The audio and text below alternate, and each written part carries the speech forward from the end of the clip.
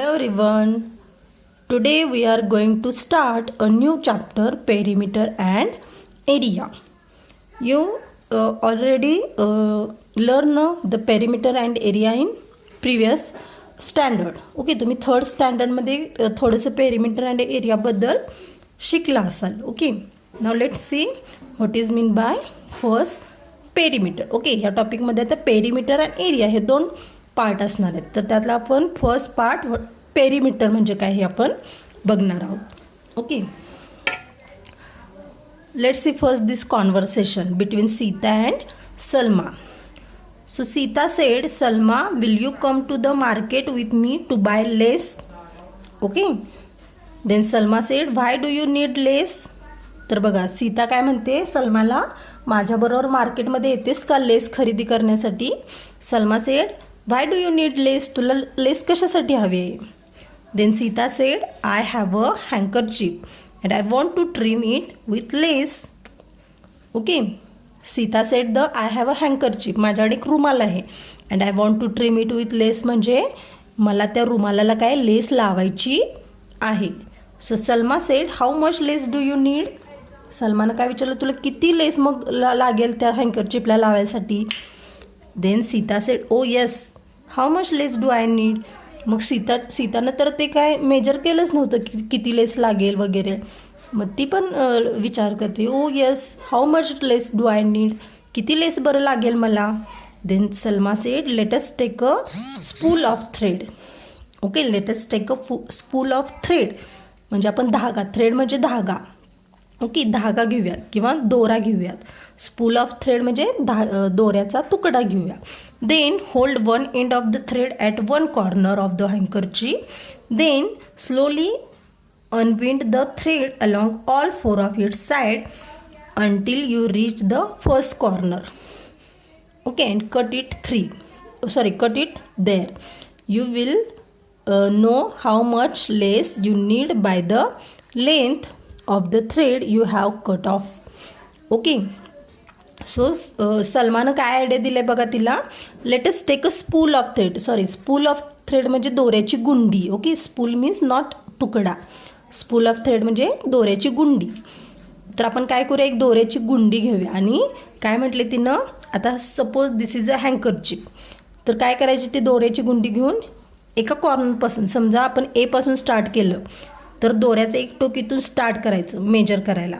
Unwind the thread along the corners of the handkerchief म्हणजे ही दोरा जो आहे तो या कॉर्नर्सला बरोबर मॅच करत करत करत करत काय करायचं, ह्याचं मेजरमेंट घ्यायचं अप टू, म्हणजे जोपर्यंत आपण जिथून स्टार्ट केलं आहे ज्या कॉर्नरपासून तिथपर्यंत यायचं. ओके, दोरा असा गुंडाळत गुंडाळत चारी बाजूनी परत या पॉईंटला यायचं. आणि इथं काय करायचं, ते जे थ्रेड आहे तो कट ऑफ करायचा म्हणजे कापायचा दोरा. ओके, म्हणजे हा एवढा जो दोरा आपण अनविंड केला हँकरचिपला, तेवढ्या दोऱ्याची आपल्याला, तेवढ्या दोऱ्याच्या लेंथ इतकी ओके आपल्याला काय लागणार, लेस लागणार हँकरचिपला लावायसाठी. Okay, so ABCD is a square handkerchief. Now let's see, this handkerchief is a square handkerchief. The sum of the length of sides AB, BC, CD and DA is the length of a lace needed. Okay, म्हणजेच बघा AB जेवढी length असेल plus BC, CD आणि DA या चारीच्या length इतकी, ह्यांचं जेवढं addition होईल तेवढी लेस आपल्याला हँकरचिपला लावायला लागेल. Okay, so this length called the perimeter of the handkerchief. मग त्या लेंथलाच म्हणजे सगळ्या लेंथच्या ॲडिशन्सला काय म्हटलं जातं, perimeter of the handkerchief. So it means the perimeter of a square is the sum of the length of all four sides of the square. Okay, तर आपल्या एखादं कुठल्या स्क्वेअरचं जर पेरिमीटर फाइंड आउट करायचं असेल तर काय केलं पाहिजे, आपल्याला त्याच्या ज्या ऑल फोर साइड्स आहेत त्यांच्या लेंथची सम केली पाहिजे. Okay, now next point is a fence of a single wire has to be put around a rectangular field. We have to find out the length of the wire needed. The sum of the lengths of all four sides of the rectangular field will tell us the length of wire needed. Now see this is a rectangular ground, okay, or field. Rectangular field. तर हे एक rectangular जागा आहे किंवा शेत आहे समजा. आणि जर आपल्याला when we have to put around a rectangular field a fence.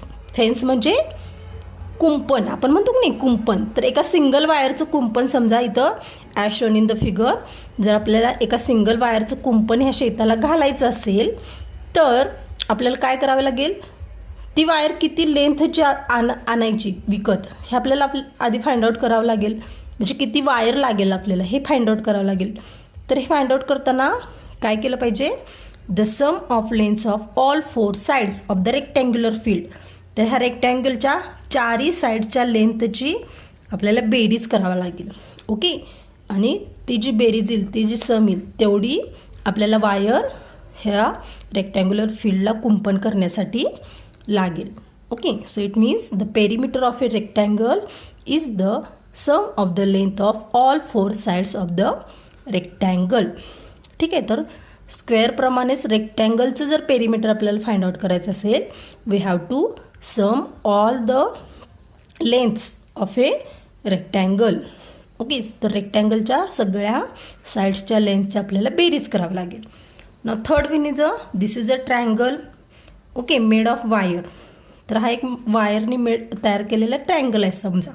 To find out the length of the wire needed to make it, we will straighten out the wire and measure its length. This length will be sum of the length of the 3 sides of the triangle. Okay. समजा हा वायरीचा triangle केलेला आहे. जर आपल्याला ह्याची length, ह्या सगळ्या तिन्ही ह्याची लेंथ किती आहे हे जर फाइंड आउट करायचं असेल किंवा त्याचं पेरिमीटर फाइंड आउट करायचं असेल तर काय करावं लागेल, आपल्याला स्ट्रेट करावे लागेल. ही वायर स्ट्रेट करावी लागेल. Then we can measure the length. Okay. It means this length will be sum of the length of the 3 sides of the triangle. म्हणजे तिन्ही साईड्सची ही काय असणार आहे, बेरीज असणार आहे. Again the perimeter of triangle is the sum of the length of all 3 sides of the triangle. म्हणजेच काय असणार आहे, ट्रायंगलची जर आपल्याला पेरिमीटर फाइंड आउट करायचं असेल, we have to do the sum of all 3 sides. Okay. The sum of length of all 3 sides.